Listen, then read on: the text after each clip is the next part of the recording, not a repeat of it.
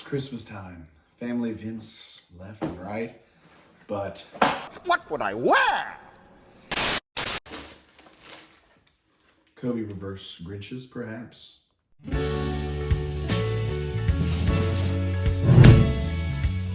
Merry Christmas, everyone. It is Blue from Blue Shoes, and today we are reviewing the Nike 6 Protro Reverse Grinch. So I'm sure you've all seen the famous Kobe 6 Protro Grinches. That's maybe Kobe's most famous sneaker colorway of all time. It's probably between that and the Bruce Lee's. But yeah, the Kobe Grinch is one of the best Christmas sneaker colorways ever, to be honest. They have released twice before, once as a regular Kobe 6 and once as a Kobe 6 Protro. The regular was 2010, the Protro was in 2020 or 2021 maybe. Now though, Nike has released a colorway that they have dubbed the Reverse Grinch due to its primary colors being swapped, red being the primary color with neon green hits versus the mostly green with red hits. But one might say these are sicker than a seasick crocodile. The seasick crocodile, Mr. Grinch. Anyways, it's a great looking shoe. I must say that the snakeskin look on the shoe isn't my favorite.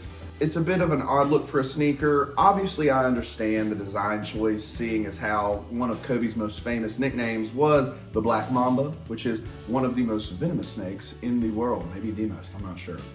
Did you know, though, that he actually created this nickname for himself? He was watching a scene in the movie Kill Bill, where an assassin used a black mamba snake to assassinate one of his, people he was trying to assassinate. Anyways, so Kobe saw that, researched the snake, thought that it reminded him a lot of his basketball game because he was so dangerous on the court and he slithered right through any defense.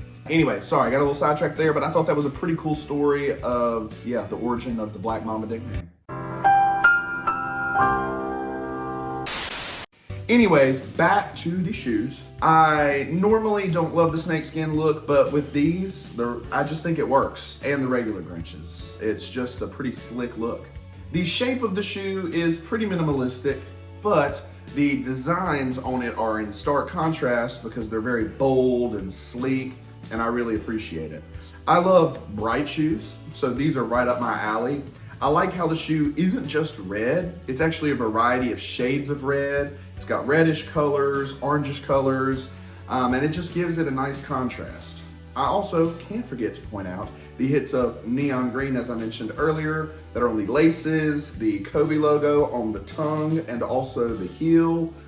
The final thing I'll mention is a couple of Easter eggs. On the toe of the outsole here, you can actually see where it says Venominen, I believe, and the Kobe Venominen was an Asian exclusive sneaker line. So that's a little throw out there. Also on the side of the outsole here, there's like some dots that are maybe like some reverse braille or some kind of secret code. I'm not sure, I tried to research it, but I couldn't really find any answers. I believe it's like the code stands for something different on each Kobe shoe. Not sure what it is for these. If anyone does know, please leave a comment about it in the comment section down below. All right, now, as I go through the materials, I'll also go over some of the differences between the original Kobe 6 and the Kobe 6 Protros. The Protro releases are basically a tweaked and slightly upgraded version of the original releases. So yeah, starting with the upper, the upper is comprised of a micro mesh, and under that micro mesh, there are actually nylon cables that run through different parts of the shoe that help offer a little extra support. The aforementioned raised snake scales are a polyurethane plastic, I think, and I also might add that they're a bit more raised than they were on the original Kobe 6s. I'll also mention that the Protro Kobe 6s had a new last made for them. For those of you who don't know, the last is basically the mold that they use when making the shoes, and it helps shape them. And they say that the new last for the Protros is actually supposed to make the shoe, the upper of the shoe, hug your foot and be a more close, perfect fit. The tongue of the shoe is a layered mesh, but in between the layers, you actually have a padded foam in a honeycomb kind of pattern, which actually helps provide extra comfort while also relieving pressure from the laces when they're laced up nice and tight and you're balling in them. Moving to the heel of the shoe, we actually have some kind of synthetic patent leatherish material. Depending on how the light hits it, sometimes it can look like a dark red or a dull red, brick red, or even a very pale pinkish red. Behind that, we have an orangish or infrared color TPU heel counter, which provides great lock-in and stability. It also happens to have the Kobe signature on that, so that's kind of cool. I do appreciate how the heel counter has these little cutouts on either side that help the shoe stay light, because that plastic can weigh down the shoe. So when you're trying to keep a shoe light for balling purposes, those little cutouts go a long way. Now we get to the midsole of the shoe, and that's where the most profound differences between the original and the Protro lie. The original Kobe 6 had a Zoom air unit in the heel, where the Protro just has Cushlon foam. Depending on who you ask, some consider this to be an upgrade, some a downgrade. I think the shoe is considered to be more comfortable now, but it may have lost a little bit more spring in your step from missing that air unit.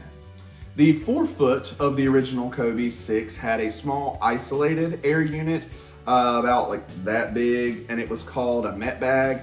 But this Protro actually has Zoom Turbo in it, which is a thinner Zoom air unit that actually covers the entire forefoot of the shoe, so that's an upgrade. The foam of the midsole on the original was Phylon, whereas the Protro's is Cushlon foam, which is definitely a cushion upgrade. The outsole has two separate materials for traction. On the heel, it's a more traditional sneaker rubber, whereas on the forefoot, it's actually a semi-translucent rubber. Both rubbers are in a snakeskin traction pattern. I've not balled in these, but I've heard traction is actually one of the few things that aren't as great about these shoes, the Kobe 6s. They say you have to break the rubber in a little bit before it starts to grip the floor properly.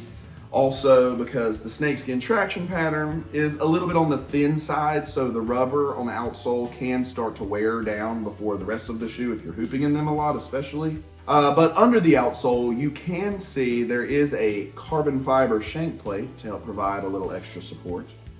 All right, now as I go to talk about the insole, we'll actually be moving right into the fit and comfort, because the insole is a big part of that comfort.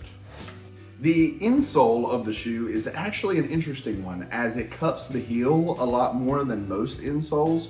Also, when I hold up the insoles of both shoes, you can see it says, "I want a shoe that," and then on the other shoe says, "molds to my foot."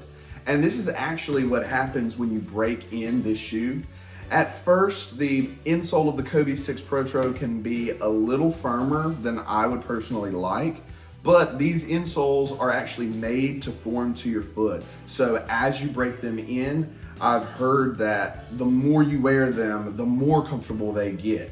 And I can say that in the 2 days that I've had these shoes and been wearing them before filming the review, I can already tell a slight difference in the fit and comfort of the shoe. So as far as comfort goes, I would say that once these shoes are broken in, they will probably be pretty high on my list as far as basketball shoes comfort goes anyways.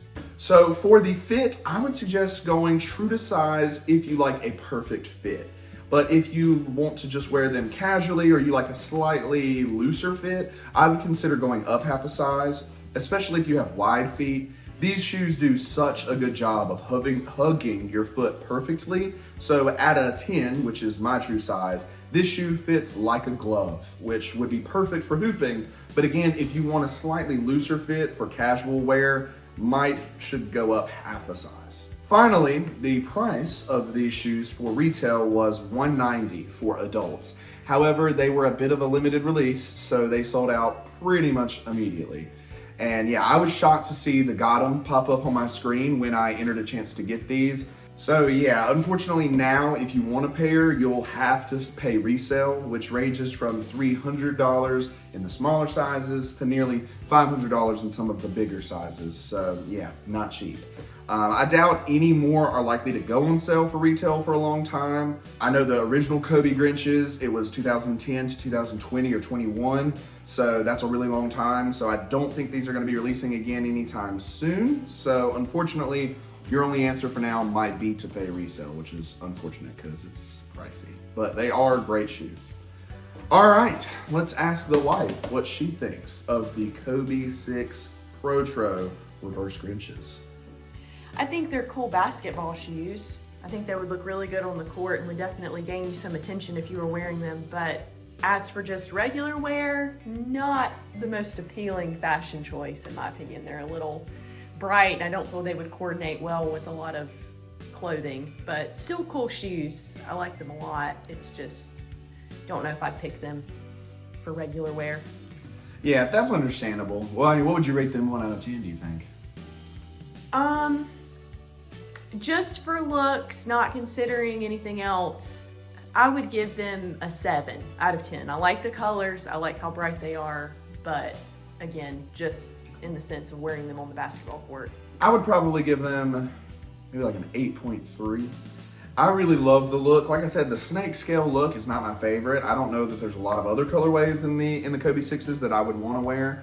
But these, again, I just really love it. I love bright shoes personally, so that drives the ranking up a little bit for me. Yeah, no, really great shoes. Unfortunately, they're all sold out and selling for pretty high for resale, but a really awesome shoe that is probably gonna go down as one of the great Kobe colorways. So if you wanna be a part of that history, I don't blame you for spending the money, but yeah, it's a lot. I think it's gonna do it for this video. So hey, please feel free to like this video, leave a comment down in the comment section to let me know what you think of these shoes, what you thought of the video. Feel free to subscribe to the channel as we're gonna be doing lots more sneaker reviews. We've got reviews on Kobe's, Nikes, Jordans, Curry's, all sorts of shoes, and we're gonna be even opening it up and expanding even more here in the new year. But yeah, that's gonna be it for today. Please feel free to leave a like and a subscription to maybe a lesser known channel.